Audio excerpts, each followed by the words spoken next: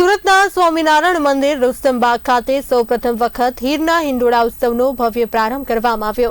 ત્યારે સ્વામિનારાયણ મંદિરના સ્વામીએ લોકોને હિંડોળા દર્શન કરવા પધારવા અપીલ કરી છે। સુરત શ્રી સ્વામિનારાયણ મંદિર રુસ્તમબાગ મંદિરના મહંત શ્રી ન્યાલ કરણદાસજી માર્ગદર્શન હેઠળ સમસ્ત સ્વામિનારાયણ સાધુ સંતો અને ટ્રસ્ટીગણ દ્વારા સૌપ્રથમ વખત રુસ્તમબાગ ખાતે દિવ્ય અને ભવ્ય હીરના હિંડોળા ઉત્સવનો પ્રારંભ કરાયો હતો।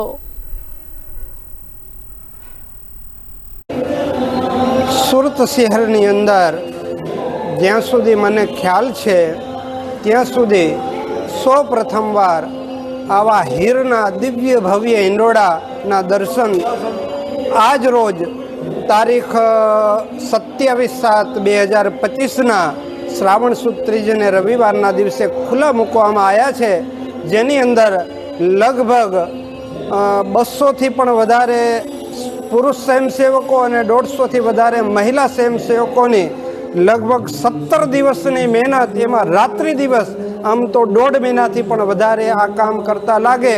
તમે જ્યારે આ દર્શન કરશો ત્યારે બહુ જૂના જમાનાનું એવું હીરના દોરાનું ગૂંથણીના વર્કનું આ કામ છે।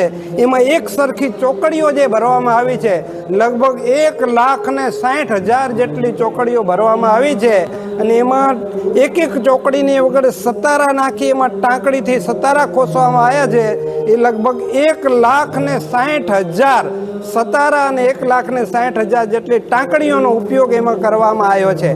આવા હિંડોળા તૈયાર કરવામાં રાત્રિ દિવસ ગણીને 17 દિવસ, આમ તો 1.5 મહિનાની મહેનત હરિભક્તોની છે। તો આવા દિવ્ય દર્શનનો લાભ જ્યારે હરિભક્તોને પ્રાપ્ત થવાનો છે, એ આખો શ્રાવણ મહિનો આવતી 23 તારીખ સુધી આ હિંડોળાનો લાભ દરરોજ સવારે 7:30 થી 12 અને સાંજે 4 થી 9 વાગ્યા સુધી આ દિવ્ય દર્શનનો લાભ હરિભક્તોને પ્રાપ્ત થશે। સાથે એક નવું આયોજન છે કે એક હાથ મૂકોને ભગવાનના દિવ્ય અભિષેકનો લાભ મળે, એવું પણ સરસ દિવ્ય આયોજન કરવામાં આવ્યું છે। તમે કંઈક રૂપિયા 5 રૂપિયા 10 રૂપિયાનો સિક્કો નાખો તો ભગવાન લાડુડીનો પણ પ્રસાદ પોતાના વરદ હસ્તે આપે, એવું પણ દિવ્ય આયોજન આ હિંડોળા ઉત્સવમાં કરવામાં આવ્યું છે।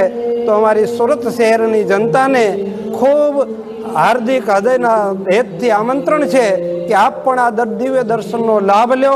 આ અલૌકિક દર્શન બધાને માણવા જેવું છે અને અંતકાળે પણ આ દર્શન જો ભક્તોને કે ધર્મપ્રેમીજનોને યાદ આવશે તો ભગવાન સ્વામિનારાયણનું વચન છે કે વિમાન લઈને ભક્તને અંતકાળે તેડવા આવે છે અને એમને પોતાના ધામમાં તેડી જાય છે। એવા દિવ્ય દર્શનનો લાભ બધા જ ભક્તોને પ્રાપ્ત થશે। દૂર દૂરથી બસો લઈને સંઘો પણ આ હિંડોળાના દર્શન કરવા પધારે છે।